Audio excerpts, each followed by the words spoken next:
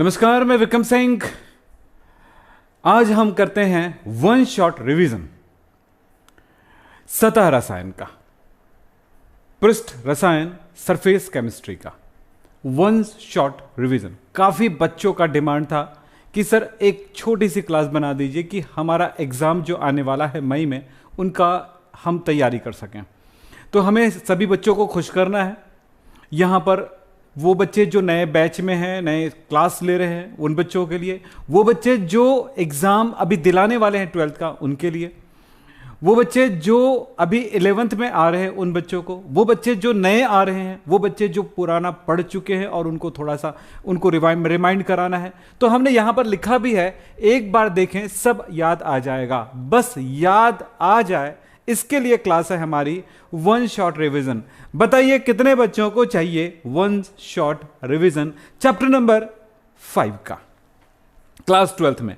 तो आप सब जिनको ये चाहिए बिल्कुल लाइक करिए, और जिनको नहीं चाहिए बिल्कुल एक बार देख लीजिए, मजा आ जाएगा आपको पढ़ने में, समझ में आने लगेगा पढ़ने में कि बढ़िया क्लास। जो छोटी छोटी बातों को हम एक्चुअली रिमाइंड बस कर देना तो एग्जाम के टाइम पे हम उनको पूरा लिख सकते हैं। थोड़ी थोड़ी बातें हम एक बार सोच लें, समझ लें तो अच्छा हो जाएगा। फिलहाल मैं आपका टाइम बर्बाद नहीं करना चाहता हूं, आपका एग्जाम है तो इसके लिए एक छोटी सी भेंट आपको उन बच्चों के लिए जो एग्जाम में आने वाले हैं, और वो बच्चे जो अभी नया पढ़ने वाले हैं उन बच्चों के लिए भी कि एक बार देख तो ले क्या है ओवरव्यू, क्या है ये चैप्टर, थोड़ा सा देख तो ले, कितना आसान चैप्टर है, बहुत मजा आएगा। तो कुछ कुछ बातों को मैं समझाते जाऊंगा, आप मेरा साथ देते जाइएगा और आप भी कुछ ना कुछ आंसर देते जाइएगा, बताते जाइएगा कि वो चीज़ क्या है। तो सबसे पहले बात आता है सरफेस केमिस्ट्री में क्या क्या चीज़ें हैं। ये सिलेबस है और इस सिलेबस को ध्यान से देखिएगा तो मैं एक एक पॉइंट को लेते हुए चलते जाऊंगा और उनके बारे में जानकारी देते जाऊंगा। इतनी सारी चीज़ें हैं जिनमें कैटालिसिस को निकाल दिया गया है इस साल और इमल्शन को निकाल दिया गया है, यानी कि उत्प्रेरण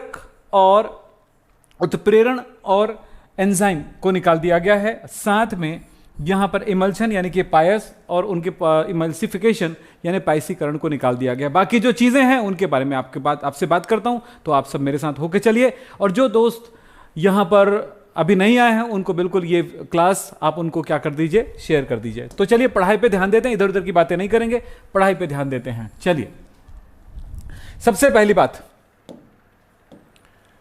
किसी ठोस, देखो यहां पर लिखा अधिशोषण शब्द आता है एड्सॉर्प्शन, ये इंपॉर्टेंट शब्द है आपके लिए। एड्सॉर्प्शन का मतलब क्या होता है?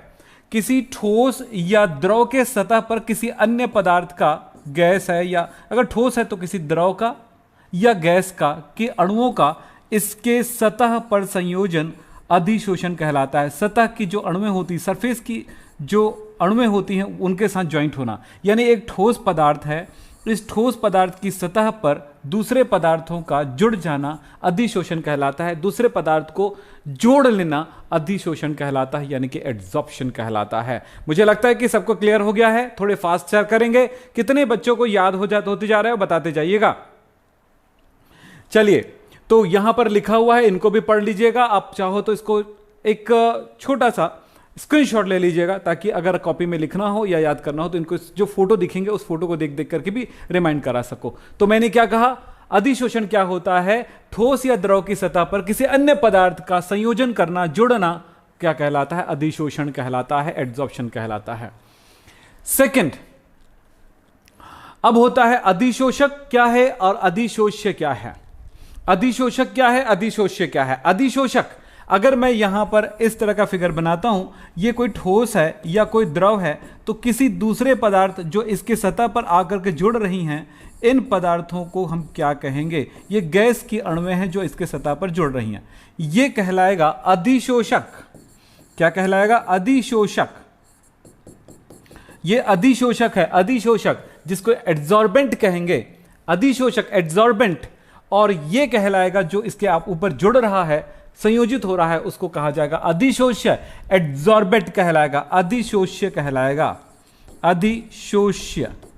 यस, ये एड्सॉर्बेंट है, ये एड्सॉर्बेंट है। तो थोड़ा सा ध्यान रखेंगे, जो अधिशोषित करती, जो जोड़ती हैं उसको अधिशोषक कहते हैं, जो जुड़ती हैं उनको अधिशोष्य कहा जाता है। बिल्कुल आपके सामने लिखा हुआ है।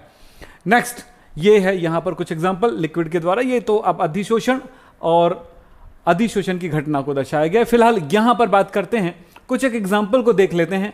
अधिशोषण का कुछ उदाहरण हमारे पास देखें तो एक एग्जाम्पल के बारे में बात कर लें। अधिशोषण के लिए यहां पर जो भी एग्जाम्पल हमारे पास हो, एक आध एग्जाम्पल यहीं से मैं लेके चलता हूं। एक एग्जाम्पल आपके पास है चारकोल। चारकोल जो होता है, चारकोल किसको बोलते हैं बेटा? कोयला होता है, समझो एक तरह का कोयला होता है। कैसा कोयला होता है? किसी कार्बनिक पदार्थ को वायु की कमी में या अनुपस्थिति में, अनुपस्थिति में तो किसी चीज को जला नहीं सकते, आपको पता है। किसी कार्बनिक पदार्थ को वायु की अनुपस्थिति में या कमी में जलाने पर जो कोयला बचता है, उस कोयले को कहा जाता है चारकोल। उसकी एक बहुत बड़ी विशेषता होती है कि वो दूसरी गैसों को सोख लेती है, अधिशोषित करती है। अधिशोषण क्या है आपको पता चल गया, अधिशोषित कर लेती है, सोख लेती है। तो charcoal carbon dioxide, ammonia, SO2 और Cl2 को अधिशोषित कर लेती है। इसी तरह से सिलिका जेल, सिलिका जेल जलवाष्प के को सोखते है, वातावरण से पानी को सोख लेता है। आपने इलेक्ट्रॉनिक्स का सामान लिए होगे कभी, या मोबाइल लिए होगे, या रेडियो या कुछ चीजें लिए होगे, तो आपने देखा होगा, या दवाइयों के साथ पैकिंग के अंदर कुछ पुड़िया आती है। उस पुड़िया के अंदर अगर उस पुड़िया को फोड़ के देखते हो, फाड़ के देखते हो, तो उसके अंदर सफेद सफेद सफेद सफेद गोलियां निकलती हैं। वो गोलियां हैं सिलिका जेल। ये क्या क्या करता है? पानी को सोख लेता है। अब सवाल होता है कि यदि वो नहीं रखा जाता, उस पैकिंग के अंदर नहीं रखा जाता, तो क्या होता? वातावरण की नमी उसके अंदर रहती और उस मशीन को खराब कर सकती थी। सो उसको सूखा रखने के लिए क्या कर डाला जाता है? सिलिका जेल उसमें रखा जाता है। अशुद्ध शर्करा, शक्कर जो होता है, शक्कर कहां से प्राप्त होता है आपको पता है? गन्ने के रस, गन्ने से। गन्ने का जो जूस होता है, उस जूस को, उसमें से अशुद्धियों को हटा दी जाती है और उनको क्या कर दी जाता है? उसको छान लिया जाता है। तो भी वो कैसा दिखता है? पीला भूरे रंग का होता है। वो शक्कर का जूस जो है गाढ़े रंग का, शुद्ध भी रहे तो भी ऐसा रहता है। तो उसमें जंतु चारकोल यानी कि हड्डी का चारकोल अगर डाल दिया जाए, कुछ समय के लिए छोड़ दिया जाए, तो वो रंग को वो सोख लेता है। कौन? वो चारकोल। तो इस तरह का जो क्या बन जाता है, वो बहुत ही शुद्ध हो जाता है। और वो जो जूस है, गन्ने का जूस है, जो चाशनी है, वो बिल्कुल शुद्ध हो जाता है। इससे जो बनने वाला शक्कर होगा एकदम पारदर्शी और बहुत अच्छा दिखेगा, क्रिस्टल बनेगा। तो यही है, कलर उड़ा देती है चारकोल। इस तरह से ये काम करता है। तो ये कुछ एग्जाम्पल आपके पास है। चलिए साहब, अधिशोषण एक शब्द है और अवशोषण दूसरा शब्द है। इनके बीच में डिफरेंस या अंतर भी पूछा जाता है आपको, तो उसका जवाब आप क्या देने वाले हैं, उसके अंतर के बारे में मैं फटाफट आपको जवाब देता हूं। आप बिल्कुल ध्यान दीजिएगा, इसको याद रखना जरूरी है। अधिशोषण के बारे में आपने देखा है कि यह पृष्ठीय घटना है, यह सतह क्रिया है, यानी कि सरफेस फिनोमिना है, यानी ठोस की सतह पर होने वाली घटना है। जबकि अवशोषण जो है वो क्या होता है? पूरे माध्यम पर होने वाली घटना है। मैं आपको इसका दोनों का एग्जांपल बताता हूं। आपको मैंने चारकोल बताया, चारकोल जो है गैसों को अपनी सतह पर ग्रहण करता है, इस तरह से जोड़ता है। जबकि अवशोषण में आप चौक तो जानते हो ना, जिसे हम लोग बोर्ड में लिखते हैं, उस चौक को पानी में डुबाओ या स्याही में डुबाओ और फिर उसके बाद निकाल लो, फिर उसको तोड़ के देखना, वो चौक के अंदर पानी घुस जाता है। मतलब इस तरह की घटना को कहते हैं अवशोषण, यानी पूरे माध्यम में होने वाली घटना है, बल्क फिनोमिना है। कौन सा? अवशोषण। ये दोनों में अंतर हो गया। दूसरे अंतर की बात करते हैं। प्रारंभ में ये तेजी से होता है, बाद में धीमी गति से होते रहती है और ये साम्य और जल्दी से साम्यावस्था स्थापित कर लेता है। पर यहां पर बोला गया यह पूरी प्रक्रिया एक समान रहती है, यानी अवशोषण की क्रिया जब तक चलती है तब तक एक समान स्पीड में चलती है, जबकि इसमें पहले तेजी से होता है, फिर बाद में ये धीमी पड़ जाती है। फिर बात सोचते हैं, अधिशोषित पदार्थ का सांद्रण अंदर के माध्यम की तुलना में बाहर अधिक होता है, जबकि ये अंदर और बाहर समान रूप से होता है। अंतर आपको क्लियर हो रहा होगा। अधिशोषक की सतह, अधिशोषित पदार्थ को हटाया जा सकता है। अधिशोषण की क्रिया में क्या होगा? गर्म करेंगे, जैसे मैंने बोला कोई चारकोल है, उन्होंने किसी गैस को अधिशोषित किया है। यदि उस चारकोल को गर्म करोगे तो वो जो गैस अधिशोषित किया उसको छोड़ देगा, फिर से वो चारकोल काम करना शुरू कर देगा। लेकिन अवशोषण को इतनी आसानी से नहीं हटा सकते। अगर चौक गीला हो गया तो पूरी तरह भीग गया है, तो उसके अंदर के पानी को हटाने के लिए काफी टाइम लगेगा, काफी परेशानी का सामना करना पड़ता है। तो जितना आसानी से यहां से आप उस चीज को हटा सकते हो, उतनी आसानी से इनको नहीं हटा सकते हो। तो इस तरह से यहां पर कुछ अंतर है, ये अंतर आपके एग्जाम में काम आएंगे। बिल्कुल पकड़ लो बेटा, क्या हुआ, ये पृष्ठीय घटना है जबकि ये बल की घटना है।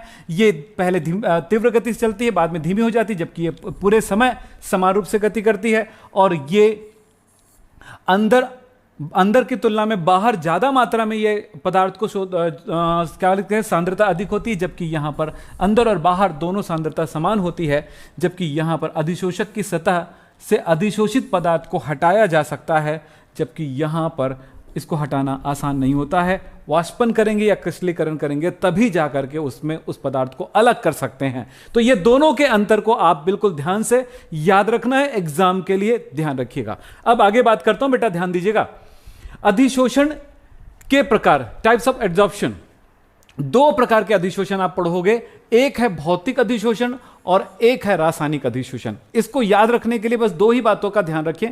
बहुत सिंपल सी बात बताना चाहूंगा।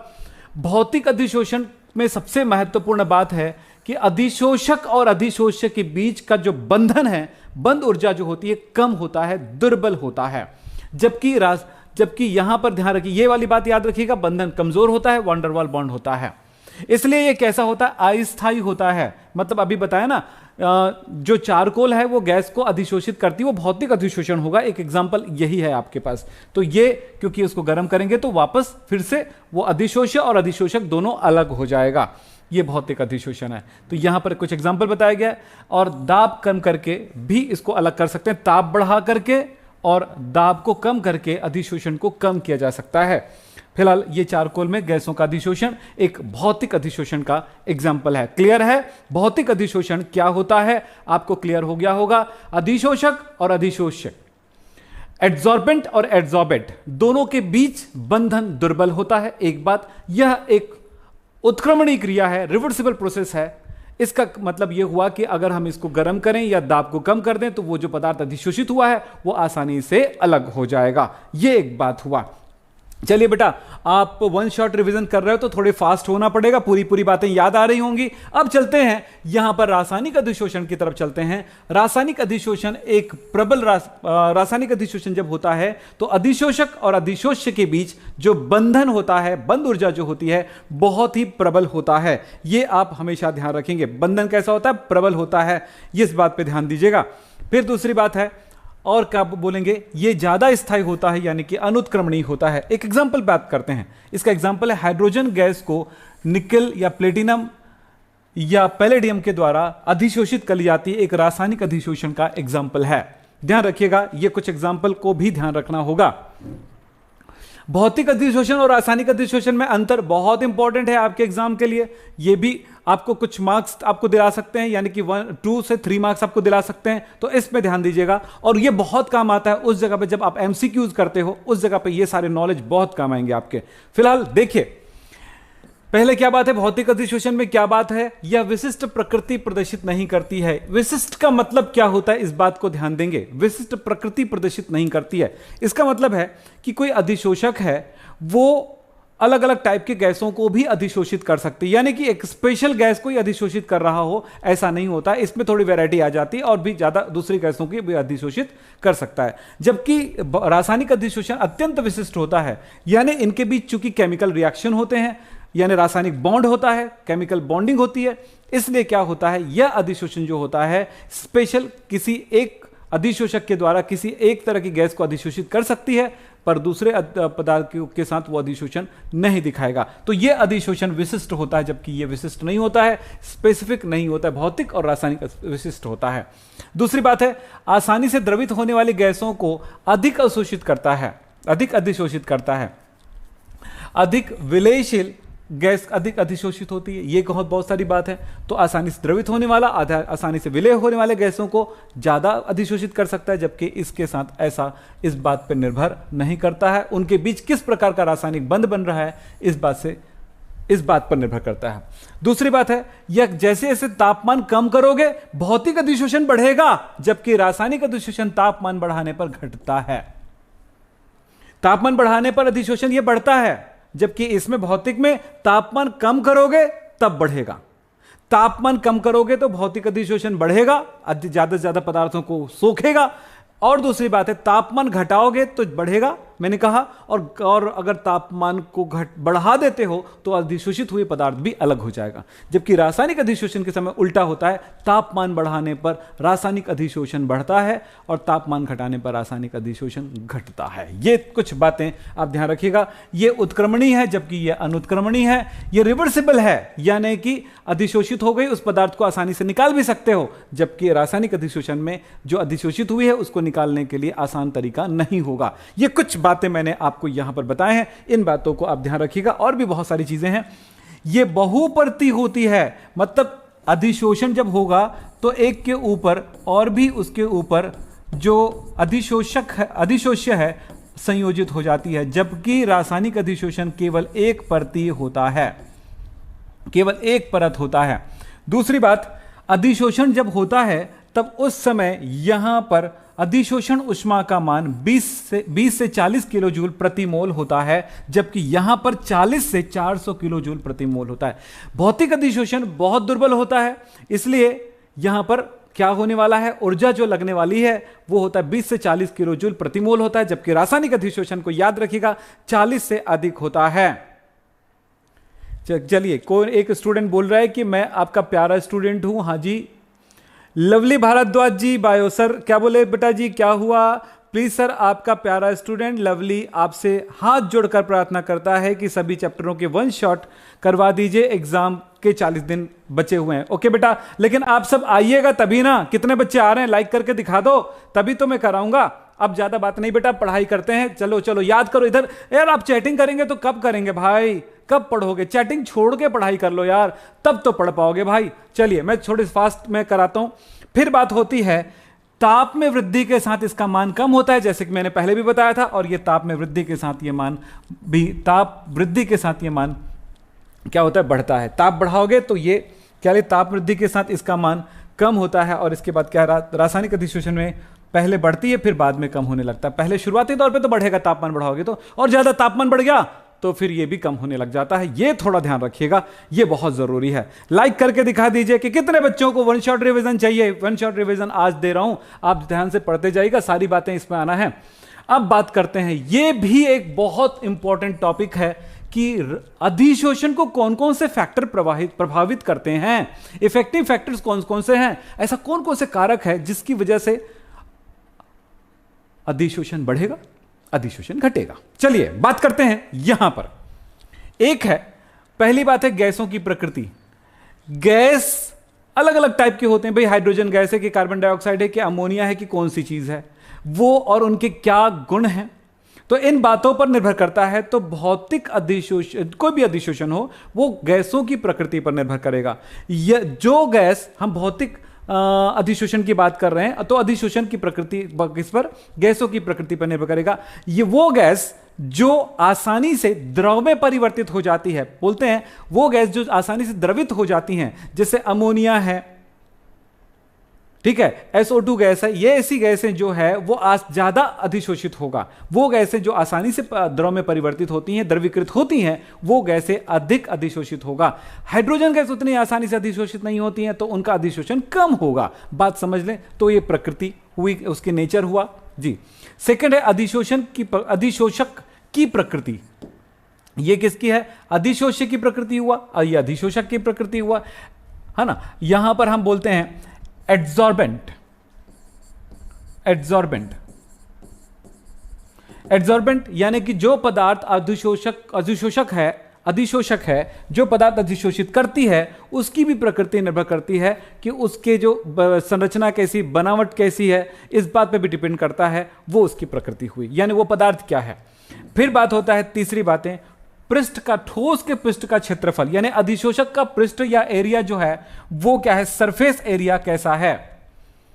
अगर उसका सरफेस एरिया जो है वो एक बड़ा सा आपने टुकड़ा ले लिया, तो जितने ही उसके बाहर का सरफेस रहेगा उतनी अधिशोषित होगा। इसी टुकड़े को हम छोटे छोटे पार्ट में तोड़ दें इस तरह से तो इसमें अधिशोषण सतह बढ़ जाएगा, बोलो। और छोटे छोटे टुकड़े में ले लें या पाउडर के रूप में ले लें या कोलाइडी कण के रूप में ले लें तो वो अधिक अधिशोषित करेगा। तो मतलब ये हुआ किसी भी अधिशोषक को आप जितना छोटा लोगे उतना ही ज्यादा वो अधिशोषित होगा, अधिशोषित करेगा। तो अधिशोषण बढ़ाना है तो क्या करना पड़ेगा, अधिशोषक को छोटे पाउडर के रूप में लेना पड़ेगा। बात समझ में आ रही है?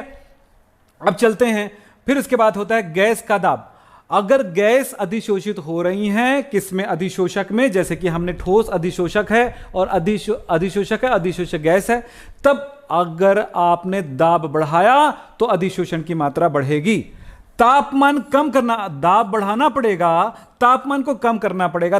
टेम्परेचर बढ़ाएंगे नहीं, ठंडा करेंगे, कूल करेंगे, तब जाके ज्यादा मात्रा में अधिशोषित होगी पदार्थ। अधिशोषण बढ़ाना है तो ठंडा रखना पड़ेगा और प्रेशर को इंक्रीज करना पड़ेगा, दाब को बढ़ाना पड़ेगा।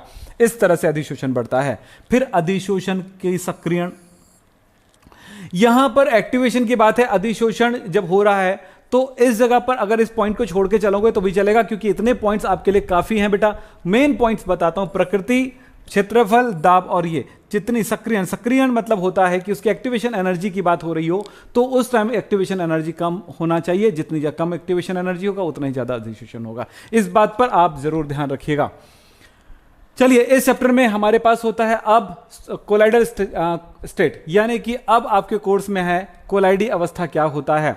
शुरुआती तौर पे बात करूं, थॉमस ग्राहम ने 1861 में विलियन के प्रकारों को उन्होंने पहचानना शुरू किया। तो उन्होंने दो शब्द रखे, एक है क्रिस्टलाब यानी क्रिस्टलॉइड और दूसरा कहा उन्होंने कोलाइट। दो तरह से विलियन को उन्होंने डिफाइन किया। वे पदार्थ जो आसानी से पानी में घुल जाता है और जो विलियन बनती है वो पारदर्शी होता है, उसको क्रिस्टलाब कहा गया, यानी कि क्या कहा गया, क्रिस्टलॉइड्स कहा गया ऐसे सॉल्यूशन को। और जो आसानी से घुलता नहीं है और घुल करके एक अपारदर्शी विलियन बना लेती है उनको कहा उन्होंने कोलाइडल सॉल्यूशन का। इस तरह से इनकी बात हुई। फिलहाल अब मैं बात करूंगा कि विलियन को हम तीन प्रकारों में बांटते हैं। एक प्रकार होता है आपका ट्रू सॉल्यूशन यानी कि वास्तविक विलियन, वास्तविक विलियन। दूसरा होता है कोलाइडल विलियन, कोलाइडी विलियन, कोलाइडी विलियन। और तीसरा होता है सस्पेंशन, यानी कि क्या बोलते हैं सस्पेंशन को हिंदी में, क्या बोलते हैं आप लोग, बोलिए कौन बताएगा। चलिए देखते हैं एक बार। हाँ जी बताइए। निलंबन बेटा, निलंबन बोलते हैं, यस निलंबन। हाँ जी, तो इस तरह से तीन प्रकार के विलियन होते हैं। आगे चलते हैं भाई, इन चीजों के साथ हम पढ़ाई शुरू करें। बस इतना ध्यान रखना, अगर इस बात को ध्यान में रख लिए तो काम चल जाएगा कि कोलाइडी विलियन किसे कहते हैं, वास्तविक विलियन किसे कहते हैं और निलंबन किसको कहते हैं। विलियन को तीन प्रकारों में बांट देते हैं। चलो कोलाइडी, सॉरी, एक है वास्तविक विलियन, यहां पे लिख देता हूं तीन पार्ट में, वास्तविक विलियन। और दूसरा कहलाता है कोलाइडी विलियन।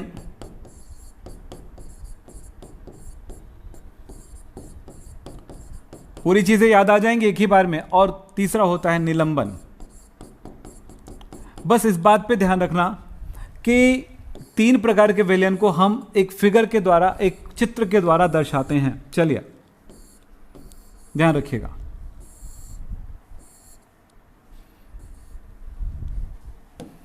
ये विलियन जो है उनके विलेय कण आपको नजर आ रहे हैं छोटे छोटे कणों में। ये विलियन है जिसमें विलेय कण थोड़े बड़े नजर आ रहे हैं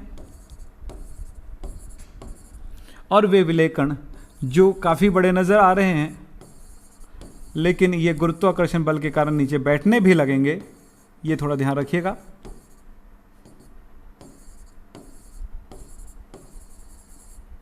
ठीक है, तो इस तरह से आपको तीन प्रकार के विलियन नजर आ रहे हैं। तीनों विलियन में आपको ध्यान रखना है, सिर्फ इसको डिफाइन कर लिए, इसको बस आप पहचान गए तो आप इनको भी पहचान जाएंगे, इनको भी पहचान जाएंगे। बस थोड़ी सी बात कहना है हमें। कोलाइडी विलियन क्या होते हैं? वे विलियन जिनके विलेय कणों का आकार 1 नैनोमीटर से 1000 नैनोमीटर के मध्य होता है। 1 नैनोमीटर से कितना? 1000 नैनोमीटर के मध्य होता है। इस विलियन को कहा जाता है कोलाइडी विलियन। बस यही एक बढ़िया परिभाषा है, छोटी सी परिभाषा जिसको आप याद रख लें। कितने बच्चों को याद है? हाँ जी, राज शर्मा जी, गुंजन, हाँ जी बेटा, सबको हेलो, सबको हाय। बस आप पढ़ाई करना शुरू कर दो बेटा, सबको हाय हेलो है सबको। आज नाम नहीं ले पा रहा हूं क्योंकि आपको पढ़ाई कराना मेरे लिए जरूरी है। यूपी सेमी, क्या क्या नाम है भाई, अंदान, बस पढ़ाई में ध्यान दो बेटा। बस आपका एग्जाम आने वाला और ये सारे क्वेश्चन आएंगे तो आपसे फटाफट बनने चाहिए। फिलहाल आप देखिएगा इस बात पे कि विलयन, वास्तविक विलयन क्या होगा। अब देखो कोलाइडी विलयन की परिभाषा ये हुई, तो वास्तविक विलयन की परिभाषा बस ये दे दीजिए, सिंपल सा एक लाइन में जवाब दे दीजिए। वे विलयन जिसके विलय कणों का आकार 1 नैनोमीटर से छोटा होता है, 1 नैनोमीटर से छोटा होता है, से छोटा होता है। बस इतना जवाब दे दीजिएगा, बाकी चीजों को हम अंतर में पढ़ लेंगे अभी, ठीक है।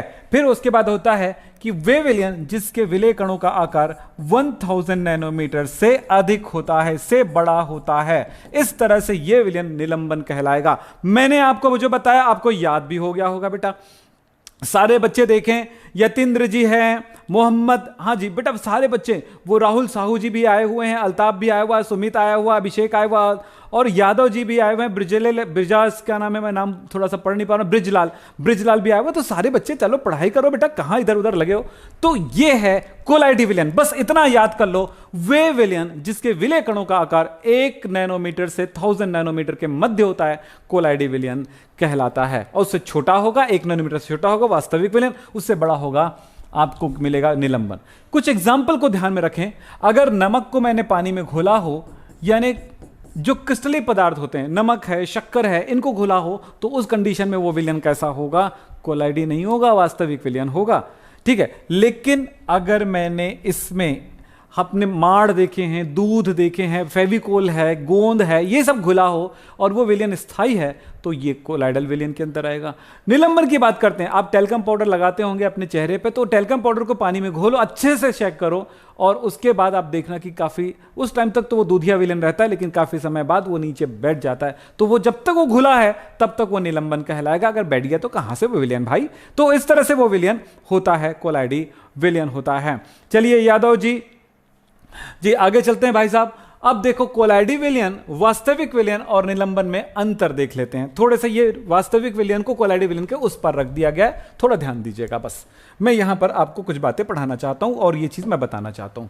ये बस इतना ध्यान रखना, कोलाइडी विलयन वे है जिनके विलय कण का आकार जो होता है वो इतने के मध्य होता है, 1 नैनोमीटर से 1000 नैनोमीटर के मध्य। नैनोमीटर में कर लीजिएगा, बाद में एंगस्ट्रॉम में चेंज करना है, मीटर में चेंज करना, आप जानिए, आपको कन्वर्जन तो आता ही है, एक स्टूडेंट है साइंस के, तो सारे बच्चों को कन्वर्जन तो आता है। फिलहाल बात करते हैं वास्तविक विलयन। भाई इससे जो छोटा होता है वो वास्तविक विलयन है, फिर इससे जो बड़ा होता है 1000 से, वो क्या होता है, निलंबन होता है। बात समझ में आ गई। फिर बातें करते हैं छानना, फिल्टरेबिलिटी की बात कर रहे हैं कि भाई छान सकते हैं क्या किसी को, किसमें से छान सकते हैं। बात याद रखना, वास्तविक विलयन में से विलय कणों को अगर आप छानना चाहो साधारण फिल्टर पेपर से या पार्चमेंट पेपर से या स्किन से भी छानना चाहो तो नहीं छान सकते भाई, ये उस छिद्र से निकल जाते हैं।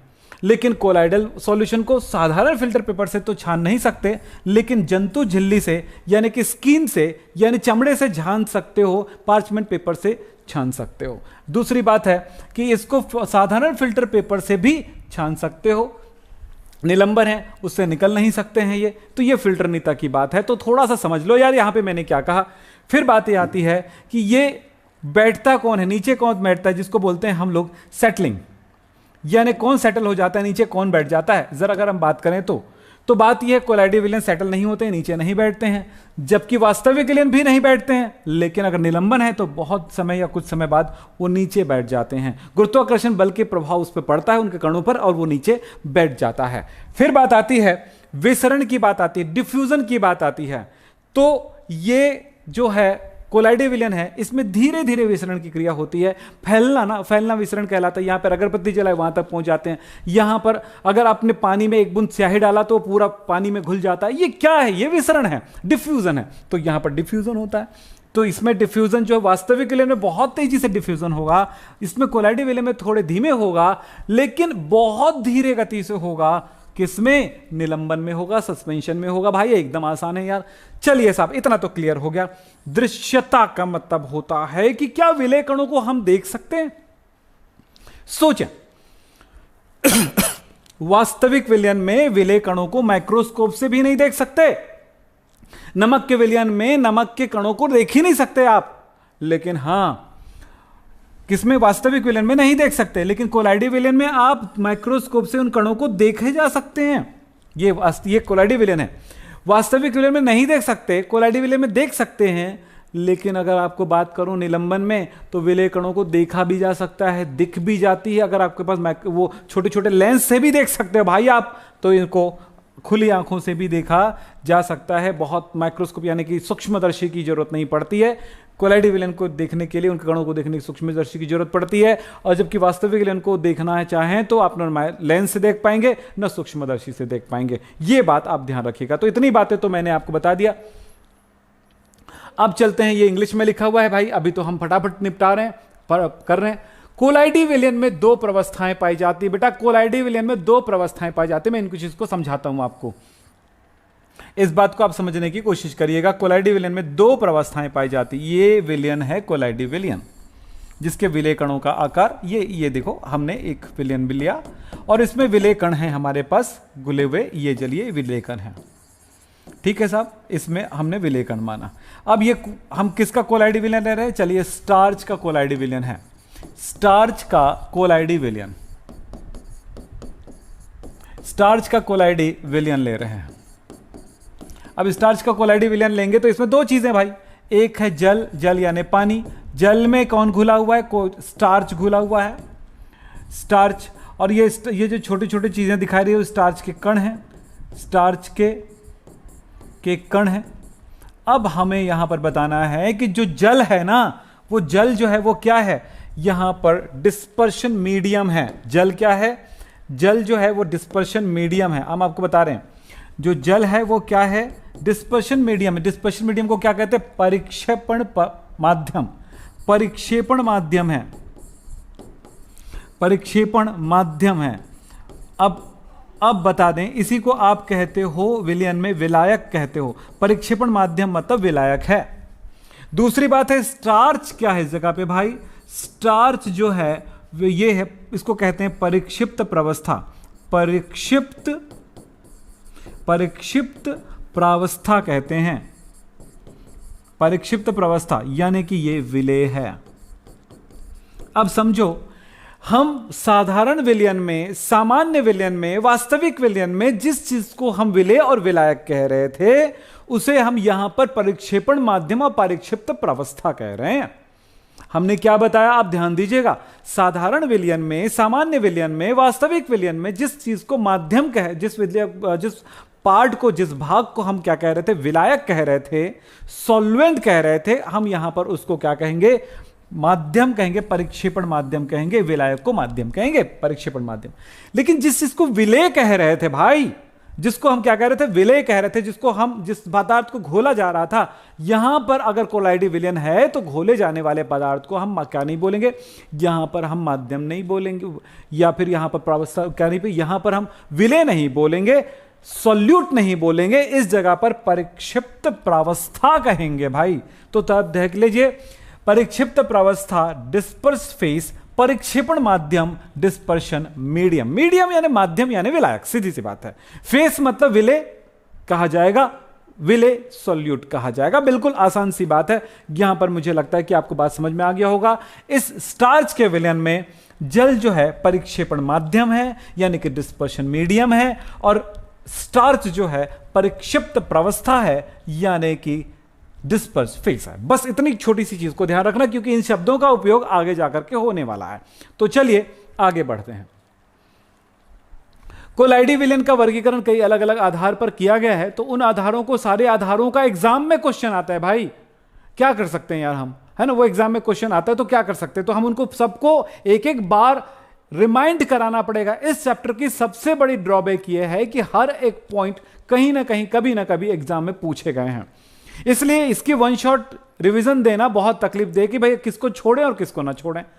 तो एक तो बोल दिया भाई आप कैटलिस्ट को छोड़ दीजिए, यानी कि आप उत्प्रेरण को छोड़ दीजिए, और दूसरा बोल दिया इमल्शन वाले पोर्शन को छोड़ दीजिए, क्योंकि इस साल हमने कोरोना झेला है और ये साल अभी और एक बात उबर फिर वापस उमड़ के आ रही है, तो ये सब समस्याएं हैं, इस वजह से उसको छोड़ने के लिए कह दिया गया। लेकिन ऐसा भी नहीं है जिस चीज़ को हम कोलाइडी विलेन को छोड़ेंगे तो भाई इस कोलाइडी विलेन से ये छोड़ दीजिए, ऐसा नहीं हुआ है भाई, है ना।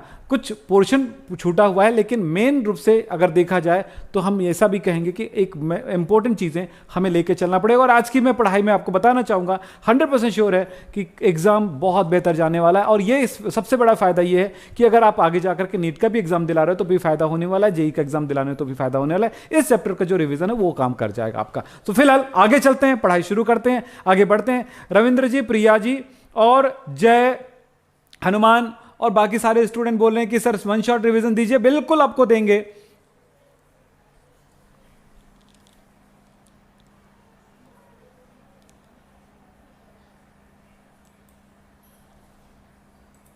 चलिए, हाँ जी चलिए। सुखदेव जी, ऑर्गेनिक केमिस्ट्री समझ में नहीं आती तो बहुत अच्छे से पढ़ना पड़ेगा, इसे वन शॉट रिवीजन में नहीं काम होगा।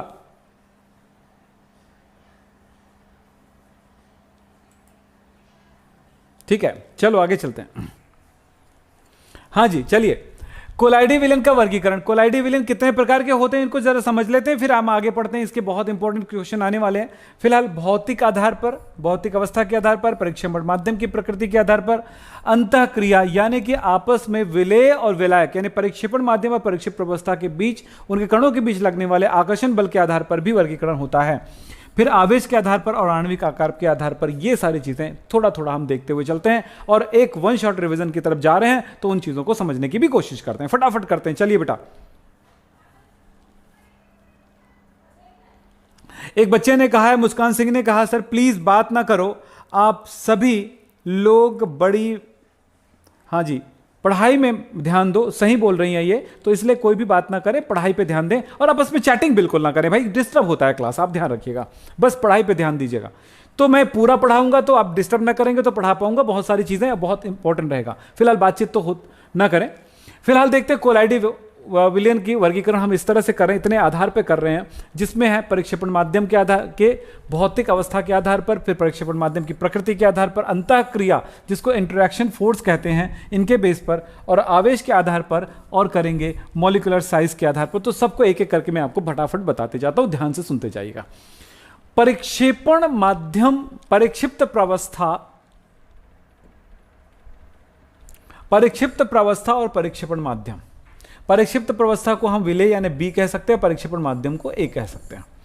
तो ठोस में, ठोस अगर घुला हो, इसके जो कोलाइडी विलेन है उसको कहा जाएगा सॉलिड, सॉल कहा जाएगा, ठोस सॉल कहा जाएगा। द्रव में अगर ठोस घुला हो तो इसको सिर्फ सॉल कहा जाएगा। बात समझ रहे हैं ना, द्रव में ठोस घुला हुआ है, मैंने पानी में स्टार्च घोला था, पानी लिक्विड होता है और स्टार्च होता है ठोस, तो इस तरह का जो विलेन होगा वो कहलाएगा क्या चीज, सॉल कहलाता है। इसी तरह से कुछ मैं इंपॉर्टेंट पॉइंट्स है, मैं इसको लेके चलूंगा। गैस में अगर कोई ठोस घुला हो, यानी कि ये गैस है, हवा है, इसमें डस्ट घुला हो तो उसको कहा जाएगा, डस्ट के साथ इसको एरोसॉल कहा जाता है। फिर बात आता है कि ठोस में यदि कोई द्रव घुला हो तो जेल कहा जाता है। द्रव में द्रव का कोई कोलाइडी विलेन है तो उसको पायस कहा जाता है। इस तरह से ये 8 प्रकार के होते हैं, ध्यान रखिएगा। गैस में द्रव है तो उसको एरोसॉल कहा जाएगा, और इसी तरह से ठोस में यदि कोई गैस है तो इस तरह से इसको ठोस या फोम या झाग कहा जाएगा। इसी तरह से देखिए, गैस में द्रव है तो झाग कहा जाएगा। तो ये कौन सा हुआ, सॉलिड झाग कहा जाएगा, ठोस झाग कहा जाएगा, ठोस फोम कहा जाएगा, और इसको फोम कहा जाएगा या झाग कहा जाएगा ठोस पर द्रव हो, गैस पर द्रव हो। तो इस तरह से ये प्रकार हुए। इस प्रकार को आप एक बार अच्छे से करिएगा, स्क्रीनशॉट ले लीजिएगा। चलिए साहब, जिन बच्चों को मैं अपना ध्यान अपने तरफ अटेंशन कराना चाहते हैं उन बच्चों को ध्यान रखना होगा कि पढ़ाई पे ध्यान दीजिएगा। फिर बात करते हैं परीक्षेपण माध्यम की प्रकृति के आधार पर। प्रकृति के आधार पर देखिए साहब, परीक्षेपण माध्यम क्या है उसके बेस पर, परीक्षेपण माध्यम यदि जल है तो उसको हाइड्रोसॉल कहा जाएगा या एक्वासॉल कहा जाएगा। हाइड्रो मतलब जल, एक्वा मतलब जल, पानी, यस। इसी तरह से बेंजीन अगर माध्यम हो तो बेंजोसॉल कहा जाएगा बेटा। इसी तरह से अगर अल्कोहल अगर विलायक हो, माध्यम हो, तो इसको अल्कोसॉल कहा जाएगा। हवा यदि माध्यम है तो एरोसॉल कहा जाएगा। बिल्कुल सिंपल सा तरीका है। ये दूसरे तरह से हम इसका वर्गीकरण करते हैं। तीसरी तरह से जो वर्गीकरण करते हैं वो अंतःक्रिया के आधार पर है, यानी कि विलायक और विलेय के बीच लगने वाला आकर्षण बल के आधार पर वर्गीकरण है। यह वर्गीकरण बहुत इंपॉर्टेंट है, एग्जाम में अक्सर पूछे गए हैं इस चीज को। तो यहां पर दो प्रकार का वर्गीकरण है, ध्यान रखेंगे। एक है द्रव स्नेही द्रव स्नेही कोलाइड, जिसको लायोफिलिक कोलाइड कहा जाता है। आप सबके टीचर ने कहा होगा कि यह बहुत इंपॉर्टेंट है, बिल्कुल इंपॉर्टेंट है, यह ध्यान रखिएगा। फिर बात होता है द्रव विरोधी कोलाइड, यानी कि लायोफोबिक कोलाइड। कुछ बच्चे बार बार कह रहे हैं कि अपने दोस्तों को कह रहे हैं कि भाई लोग आप डिस्टर्ब ना करें, तो एक काम करिए, आपको मैं कहूंगा कि आप चुप रह जाइए और अपना चैटिंग वाला पोर्शन का बटन होता है ना, चैटिंग को बंद कर दीजिए। फिर आपके साथ कोई चैटिंग नहीं करेगा, आपको चैटिंग दिखाई नहीं देगा, आप सिर्फ पढ़ाई करेंगे। ओके, तो चलिए, द्रव स्नेही कोलाइड, द्रव विरोधी कोलाइड, दो प्रकार का कोलाइड होगा, द्रव स्नेही कोलाइड और द्रव विरोधी कोलाइड, ध्यान दीजिएगा। तो लायोफिलिक एंड लायोफोबिक, लायोफिलिक स्नेही द्रव स्नेही और लायोफोबिक द्रव विरोधी। चलिए फास्ट करते हैं काम। द्रव स्नेही कोलाइड यानी कि यहां पर परिक्षेपण माध्यम और परिक्षिप्त प्रवस्था के बीच में, विलायक और विलेय के बीच में, अणुओं के बीच में स्ट्रॉन्ग बॉन्ड होता है। इससे स्ट्रॉन्ग बॉन्ड होने की वजह से इसको कहा जाता है पर्याप्त आकर्षण बल होता है माध्यम के बीच में। तो ऐसे कोलाइडी विलयन को कहा जाता है, क्या कहा जाता है? द्रव स्नेही कोलाइड। और ये स्थायी होता है और ये उत्क्रमणी होता है, अनुत्क्रमणी क्या बोलते हैं, ये द्रव स्नेही कोलाइड उत्क्रमणी होता है। यस, उत्क्रमणी होता है। उत्क्रमणी मतलब अगर इस कोलाइडी विलयन को अगर अवक्षेपित या स्कंदित कर दिया जाए तो दोबारा इसे, इसके अवक्षेप जो निकला हुआ है उसको दोबारा पानी में घोलेंगे, उसके विलायक में घोलेंगे, तो फिर से कोलाइडी विलयन बन जाएगा। इस द्रव स्नेही कोलाइड कहलाता है। एग्जाम्पल है गोंद, जिलेटिन, स्टार्च, एल्ब्यूमिन, ये सब इसका अच्छा एग्जाम्पल है। नेक्स्ट, द्रव विरोधी कोलाइड, इसमें उनके कणों के मध्य पर्याप्त आकर्षण नहीं होता है, माध्यम और प्रावस्था के बीच में पर्याप्त आकर्षण नहीं होता है। तो ऐसे आकर्षण नहीं होने वाले जो कोलाइडी विलयन है उसको कहा जाता है द्रव विरोधी कोलाइड। ये अस्थायी होता है, मतलब इसमें थोड़ी बहुत विद्युत अपघट्य मिला दिया जाए या नमक मिला दिया जाए या अम्ल मिला दिया जाए या क्षार मिला दिया जाए तो तुरंत ये अवक्षेपित हो जाते हैं, स्कंदित हो जाते हैं। यह अनुत्क्रमणी होता है, यानी कि अगर इसका स्कंदन हो गया, अगर इसको पानी में दोबारा घोलेंगे तो कोलाइडी विलयन नहीं बनेगा। मतलब ये एक बार बन गया, एक बार अवक्षेपित हो गए तो हो गई। इसको बनाने के लिए फिर से जो तरीके अपनाए थे उससे वो तरीका आपको अपनाना पड़ेगा बनाने के लिए।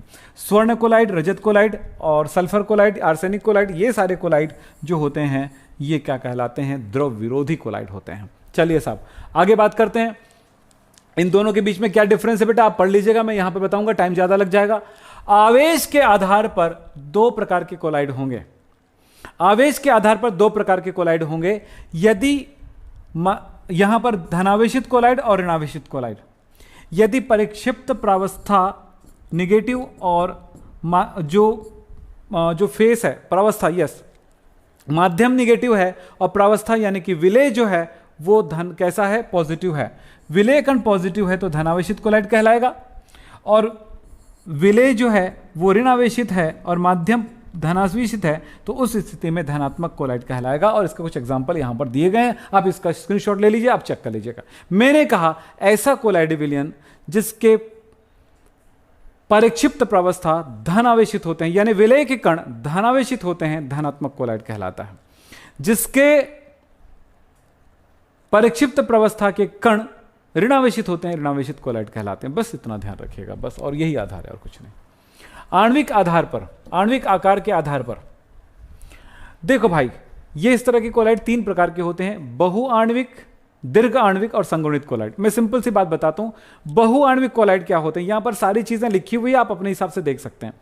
बहुआण्विक कोलाइड वो होते हैं जिसमें छोटे छोटे अलग अलग बहुत सारे परमाणु में मिल करके क्या बनाते हैं? एक गुच्छा बनाते हैं। यहां पर क्या कह सकते हैं? एक झुंड बनाते हैं। यह अणुओं का झुंड होता है या परमाणुओं का झुंड होता है, यानी ऐसा कोलाइड कण जो बहुत सारे परमाणुओं या अणुओं का एक गुच्छा होता है, जिसकी साइज, किसकी साइज? उस झुंड का साइज 1 मतलब कोलाइड कण के साइज के बराबर आता है, यानी 1 नैनोमीटर से 1000 नैनोमीटर के मध्य होता है। तो ऐसे कोलाइड को क्या बोला जाएगा? बहुआण्विक कोलाइड कहा जाएगा। समझ रहे हैं आप लोग? और इस कोलाइड में क्या होगा, एग्जांपल गोल्ड सॉल्ट होगा, सिल्वर सॉल्ट होगा, इस तरह के कोलाइड होगा, या सल्फर सॉल्ट होगा। ये कोलाइड कहलाएगा क्या चीज, बहुआण्विक कोलाइड, यानी बहुत सारे छोटे छोटे अणुओं या परमाणुओं से मिलकर बना हुआ कोलाइड कहलाता है, बहुआण्विक कोलाइड। अब चलते हैं आगे, यहां पर देखें दीर्घ अणुक कोलाइड। दीर्घ अणुक कोलाइड किसको बोलेंगे भाई, दीर्घ अणुक कोलाइड का मतलब होता है कि इसका एक अणु इस साइज का होता है कि कोलाइड कण के साइज के बराबर हो जाता है। ऐसा उच्च अणु भार वाला कोलाइड कण जो केवल एक ही अणु होता है, परंतु वो उसका साइज कोलाइड कण के साइज के बराबर होता है, जैसे स्टार्च है, जैसे प्रोटीन है। ये सबके कोलाइड कैसे होते हैं, बड़े होते हैं, यानी एक अणु भी इतना बड़ा होता है कि कोलाइड कण के साइज के आकार हो जाता है, तो उसको दीर्घ अणु कहते हैं, बड़ा अणु कहा जाता है, मैक्रोमॉलिक्यूलर कोलाइड कहते हैं। प्रोटीन, स्टार्च, सेलुलोज इसके एग्जाम्पल में आएंगे। तो ये चीजें हैं, और ये द्रव स्नेही कोलाइड का सामान्य प्रकार होता है। लेकिन ये वाला द्रव विरोधी कोलाइड होते हैं भाई, ध्यान रखना। जो कौन सा कोलाइड बोला, बहुआण्विक जो होते हैं। अब आता है एक शब्द है संगुणित कोलाइड, एसोसिएटेड कोलाइड।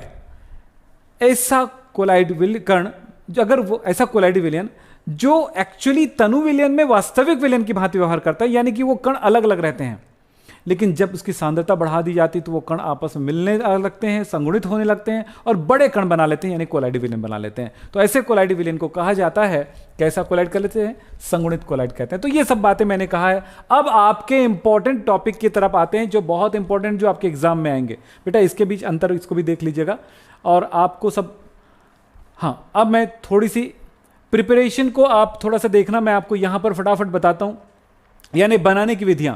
कोलाइड विलयन बनाने की बहुत सारी विधियां हैं, जिसमें से कुछ एक विधि बहुत इंपॉर्टेंट है, जैसे पेप्टीकरण है। इसको अच्छे से पढ़ लीजिएगा, मैं आपको यहां पर बताता हूं, छोटी सी बात बताता हूं, एकदम सिंपल सी बात। पेप्टीकरण वह प्रक्रिया है जिसमें, ये एक बात बोल सकते हैं, सिंपल से बोल सकते हैं, जैसे स्कंदन या फिर आप जानते हो अवक्षेपण। इसका मतलब क्या है, किसी विलयन में जो विलय कण घुले हुए हैं उसको अलग करना कहलाता है, पृथक करना कहलाता है अवक्षेपण। जो घुला हुआ है इसको ठोस रूप में बैठा करके, बना करके बिठा देते हैं, उसको अवक्षेपण कहते हैं। आकाश कुमार जी और लकी और बाकी स्टूडेंट थोड़ी देर के लिए शांत बैठिए, आपको बताऊंगा, आप जो पूछेंगे आपकी जवाब दूंगा। थोड़ा सा भी नीचे बैठेंगे। स्कंदन किसे कहते हैं, स्कंदन का मतलब होता है नीचे बैठ जाना। दूध का फटना स्कंदन है, बस मैं बेस्ट एग्जांपल है। दूध में थोड़ा नींबू का रस मिला दो, थोड़ा सा फिटकरी मिला दो, या कुछ और नमक बहुत सारे मिला दो, तो वो क्या हो जाते हैं, बैठ जाती है, उसको स्कंदन कहते हैं। ध्यान रखेंगे भाई। ऐसे ही तो मेरा कहना है कि बहुत सारे स्टूडेंट ऐसे हैं जो कभी पढ़ाई किए नहीं है, तो कम से कम पढ़ाई आज कर लो भाई, आज अच्छे से कर लो अक्षय यादव जी, तो आपको क्लियर हो जाएगा जी। जब तक आप पढ़ोगे नहीं ना, तब तक कुछ नहीं होने वाला बेटा। अभी एग्जाम आने वाला है, तो वो बच्चे जो नए आए हुए हैं, जो इस साल क्लास 12 का एग्जाम दिलाने वाले हैं अभी तो 2021 में, उन बच्चों के लिए वन शॉट रिवीजन दे रहा हूं। और वो बच्चे जो आने वाले साल 2022 में दिलाने वाले हैं, उनकी भी क्लास ले रहा हूं। और वो बच्चे जो 10th से 11th आ रहे हैं, उनकी भी क्लास ले रहा हूं। वो बच्चे जो कभी पढ़ाई नहीं किए, जो कभी जानते नहीं केमिस्ट्री को, उनके लिए भी क्लास ले रहा हूं। सबके लिए क्लास है, सबके लिए सब कुछ है भाई। एक अकेला आदमी कितना करेगा। यहां पर आपको बता दूं, एक बड़ी टीम लेके आ रहा हूं भाई आप सबके लिए, बहुत जबरदस्त टीम लेके आ रहा हूं। 26 तारीख को वेट करिएगा, उसमें बहुत सारे टीचर्स आने वाले हैं और आप सबको बेहतर क्लास देने की वादे कर रहा हूं, और वहां पर बहुत बड़े ऐलान होने वाले हैं। तो उस दिन की आप इंतजार करिए, बस फोन मत करिएगा इस मामले में कि कौन टीचर आ रही है पूछने के लिए, क्योंकि वो बताएंगे भी नहीं आपको, हम बता रहे हैं आपको, उस दिन आएंगे। हाँ, आप अपने हमारी क्लास लेना चाहते हैं, हमारी क्लास के साथ जुड़ना चाहते हैं, हमसे कुछ स्पेशल बात करना चाहते हैं, तो इसमें जो नंबर लिखा हुआ है, इस नंबर पर आप हमको कॉल कर सकते हैं। पर यह नहीं कि सर कौन आने वाला है, क्या होने वाला है 26 तारीख को,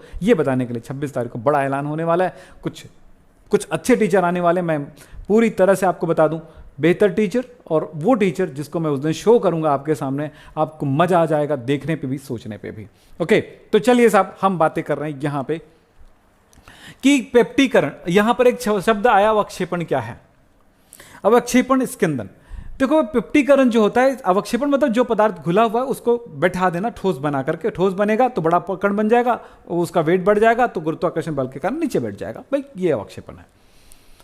अवक्षेपण के विपरीत क्रिया को पेप्टीकरण कहते हैं, यानी जो अवक्षेप है, जो नीचे बैठता है, जिस तरह के पदार्थ को हम ताजा ताजा लेते हैं और उसे हम विलायक में घोलते हैं किसी विशेष पदार्थ को लेकर के, तो इसको कहते हैं हम लोग पेप्टीकरण, यानी पेप्टाइजेशन, अवक्षेपण की विपरीत क्रिया। शॉर्ट में आपको बताना चाहूंगा, तो यहां पर इस लाइन को आप जरूर पढ़ लीजिएगा।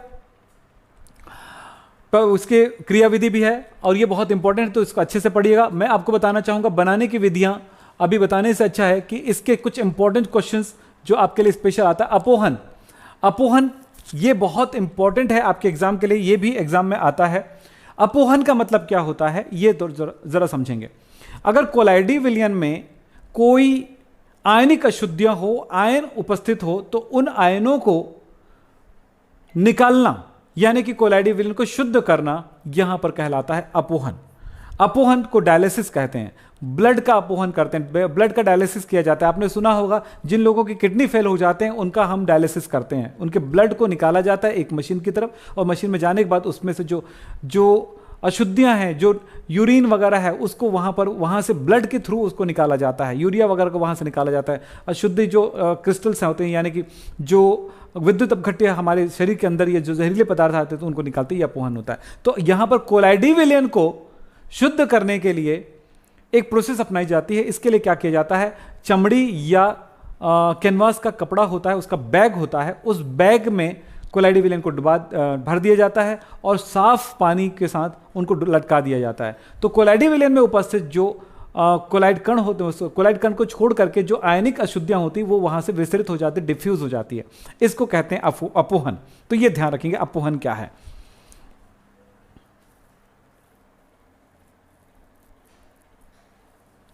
ठीक है, अब चलते हैं, ये पूरी चीजें आप देख करके लिख लीजिएगा। अब मैं आपको यहां पर आपको बता दूं कोलाइडी विलयन के कुछ गुण जो बहुत इंपॉर्टेंट है, इसके बारे में बात कर रहा हूं। यहां पर देखेंगे कोलाइडी विलयन के गुण। टिंडल प्रभाव बहुत इंपॉर्टेंट है। टिंडल प्रभाव क्या है, सिंपल से ध्यान रखिएगा। कोलाइडी विलयन से यदि आप तेज प्रकाश किरण प्रवाहित करोगे तो जिस रास्ते से प्रकाश गुजरती है वो रास्ता चमकने लगती है। इस घटना को टिंडल प्रभाव कहते हैं, इस प्रभाव को टिंडल प्रभाव कहते हैं। क्लियर? क्यों होता है, कैसे होता है, बात की बात है। तो मैंने कहा अगर कोलाइडी विलयन है, इसको हमने अंधेरे में रखा है और इसमें से हम अगर लाइट डालते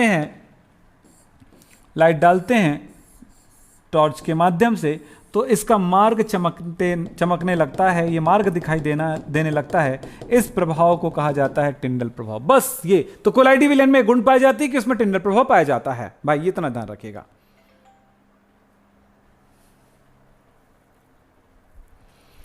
चलिए साहब आगे बात करते हैं। टिंडल प्रभाव क्लियर हो गया। ये सब एग्जाम्पल कुछ है तो मैं वहां पर अभी नहीं जा रहा हूं, बहुत अंदर तक नहीं जाऊंगा। बहुत सारे क्वेश्चंस भी इससे रिलेटेड है, तो अगर आप चाहें तो इसका स्क्रीनशॉट ले सकते हैं। आसमान का नीला दिखाई देना, ये भी इसी का प्रभाव है।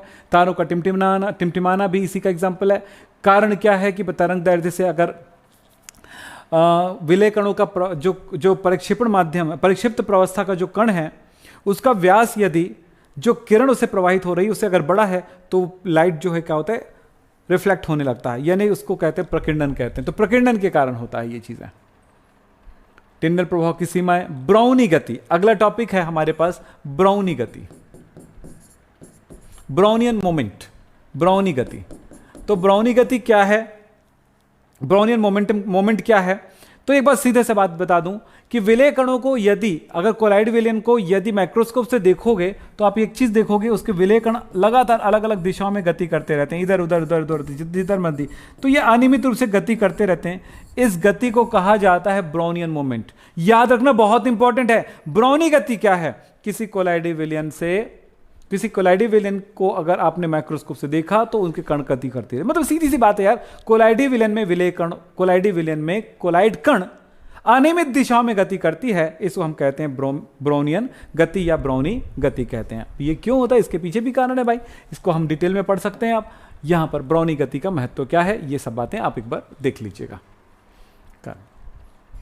ये कुछ एग्जाम्पल है। और एक और जो बातें हैं वो है, इसमें बहुत इंपॉर्टेंट है, इलेक्ट्रोफोरेसिस। जब किसी कोलाइडी विलयन में विद्युत धारा प्रवाहित करते हैं तो कोलाइड कण अपने आवेश से विपरीत आवेश वाले इलेक्ट्रोड की ओर गति करने लगती है तथा उस इलेक्ट्रोड पर जा करके अपना आवेश खो देता है और वहां पर इकट्ठे हो जाती है। इस घटना को कहा जाता है इलेक्ट्रोफोरेसिस। एक बार दोबारा बोलता हूं, किसी कोलाइडी विलयन में विद्युत धारा प्रवाहित करने पर, किसी कोलाइडी विलयन में विद्युत धारा प्रवाहित करने पर कोलाइड कण अपने आवेश से विपरीत आवेश वाले कोलाइड इलेक्ट्रोड की ओर गति करने लगती है और उस इलेक्ट्रोड पर पहुंच करके अपना आवेश खो देता है और वहां पर इकट्ठा हो जाता है। इसको कहा जाता है इलेक्ट्रोफोरेसिस। ओके, इलेक्ट्रोफोरेसिस को बोलते हैं विद्युत कण संचलन। विद्युत कण संचलन, विद्युत परासरण। अगर इसी तरह से कोलाइड विलयन में अगर हम विद्युत धारा प्रवाहित कर रहे हैं तो दोनों इलेक्ट्रोडों के बीच में अगर एक अर्धपारगम्य झिल्ली लगा दिया जाए तो जो विलय कण जो गति कर रहा था, कोलाइड कण जो गति कर रहा था, उसकी जगह पर अब उल्टे दिशा में काम होने लगता है, माध्यम गति करने लग जाती है। इसे हम कहते हैं विद्युत परासरण। चलिए साहब आगे। स्कंदन। कुछ बच्चों ने पूछा था मुझे स्कंदन क्या है। दूध का फटना स्कंदन कहलाता, मैंने बोला था। कोलाइडी कणों का यहां पर स्कंदन का मतलब होता है अवक्षेपण। कोलाइडी विलयन का स्कंदन का मतलब होता है उसका अवक्षेपण। तो अवक्षेपण क्या है आपको यहां पर क्लियर हुआ होगा। द्रव विरोधी कोलाइड में द्रव विरोधी कोलाइड का स्थायित्व कोलाइडी कणों पर आवेश के आधार पर होता है। यदि उसके आवेश को डिस्चार्ज कर दिया जाए तो वो नीचे बैठ जाती, चिपक जाती, गुरुत्वाकर्षण बल के कारण नीचे बैठ जाता है। सीधा सा जवाब है कोलाइड कणों का नीचे बैठना स्कंदन कहलाता है। स्कंदन के लिए आपको बता दें,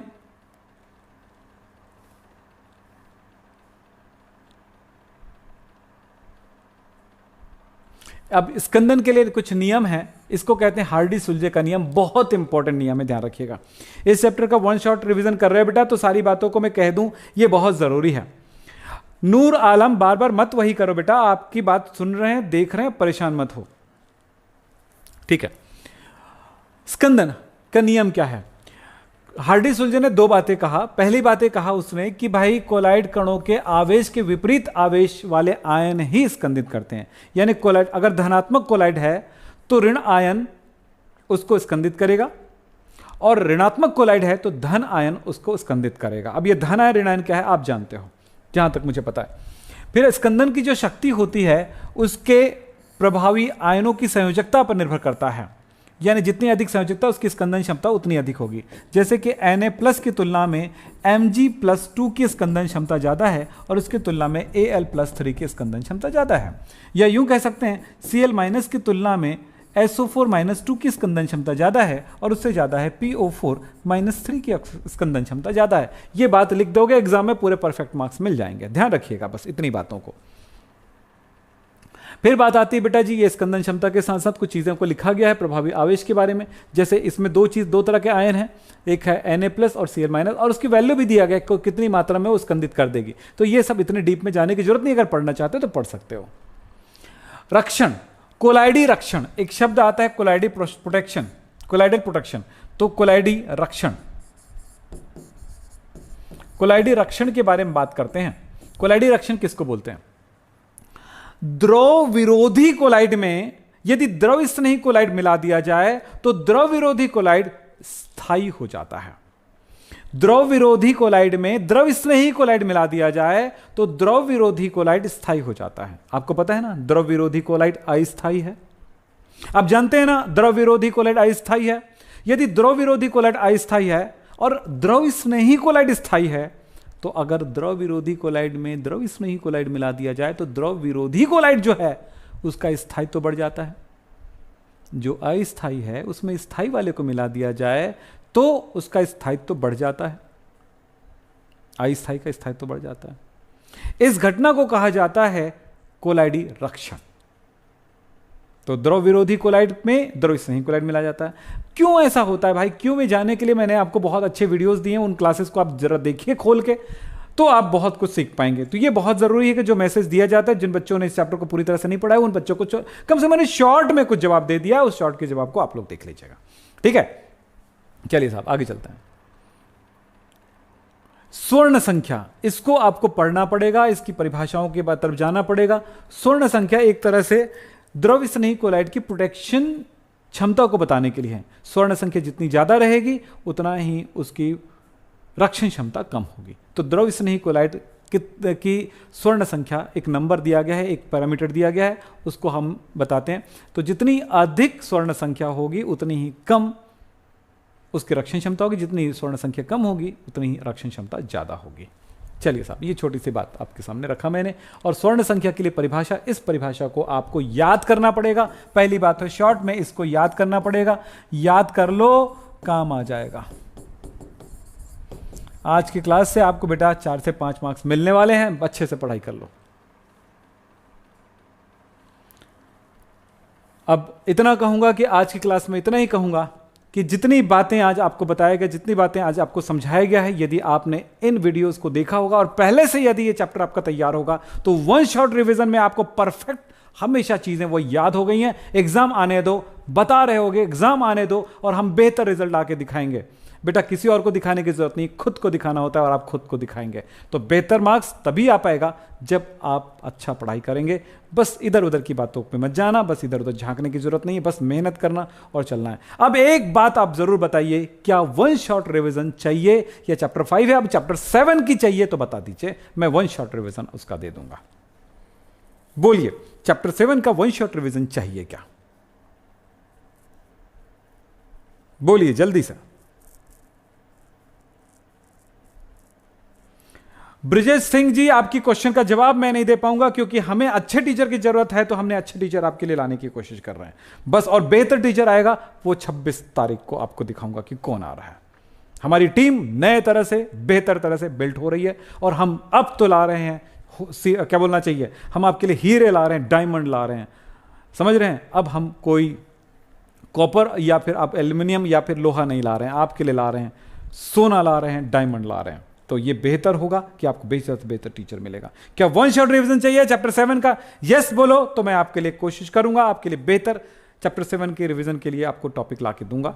अगर आपको चाहिए तो बोलिए जरूर, और आपका एग्जाम बेहतर हो इसके लिए मैं पूरी कोशिश करूंगा। वन शॉट रिवीजन के टाइम पे भाई इंपॉर्टेंट क्वेश्चन तो बता नहीं सकते, लेकिन हाँ आप सबको पता चल जाएगा कि इन टॉपिक को अगर आप पढ़ें और उसके साथ क्या क्या क्वेश्चन आएगा। मैं चैप्टर 7 में कोशिश करूंगा कि क्वेश्चन भी बात को बताने की कोशिश करूं। थोड़ा देखते हैं क्या हो सकता है क्या नहीं हो सकता है। फिलहाल आप सब बताइए कि आपको कैसा लगा ये क्लास। बिल्कुल लाइक करिएगा और अपने दोस्तों को जरूर बताइएगा कि वन शॉट जो क्लास हुआ है उनको जरूर देखें। बीच बीच में मैंने आपसे बात इसलिए नहीं किया क्योंकि आपका टाइम बर्बाद नहीं होना चाहिए और आप नाराज होने की जरूरत नहीं है कि मैंने आपसे बात क्यों नहीं किया। आप बहुत सारे कोचाकाची कर रहे थे ना कि ये पूछें सर वो क्या है वो क्या है, तो मैं आपको जवाब इसलिए नहीं दे रहा था कि अगर मैं आपका जवाब देना शुरू करूंगा तो आपको पढ़ाऊंगा क्या, one shot revision one shot नहीं रहेगा, वन कट रिवीजन हो जाएगा फिर। ठीक है, तो वही मैं कह रहा था कि कट रिवीजन नहीं होना चाहिए, शॉर्ट रिवीजन होना चाहिए। बेहतर रिवीजन के लिए आप रेगुलर रहिए। चैप्टर नंबर 7 को आपके लिए लेके आऊंगा, फिर चैप्टर 8। जब बोलते जाओ यार आप करते जाएंगे यार, लेकिन यार आपको रहना पड़ेगा हमारी क्लास में। तो कितने बच्चे हमारी क्लास के साथ जुड़ते हैं और आते हैं ये देखना पड़ेगा, तभी हम आगे पढ़ा पाएंगे। तो अपने दोस्तों को हो हल्ला कर दीजिए कि वन शॉट रिवीजन चल रही है, एग्जाम बेहतर होगा। और उन बच्चों को भी हल्ला कर दीजिए जो नए बच्चे पढ़ाई कर रहे हैं, उनके लिए भी क्लासेस हम दे रहे हैं, तो वो बच्चे भी रेगुलर रहिए। और कुछ वीडियो अपलोड हो रहा है, वीडियो अपलोड को भी देखो भाई, वो सबसे बेहतर वीडियो होता है, ऐसे बकवास नहीं होते रहते हैं। तो आपको बोलूंगा, और जो नए बच्चे जो आ रहे हैं, न्यू क्लास के लिए आ रहे हैं, उन बच्चों को जरूर बताइएगा Vikram have chemistry best chemistry class है और उस केमिस्ट्री क्लास में ज्वाइन करें, आपको बहुत बेहतर फायदा मिलने वाला है, बहुत अच्छे रिजल्ट आने वाले हैं।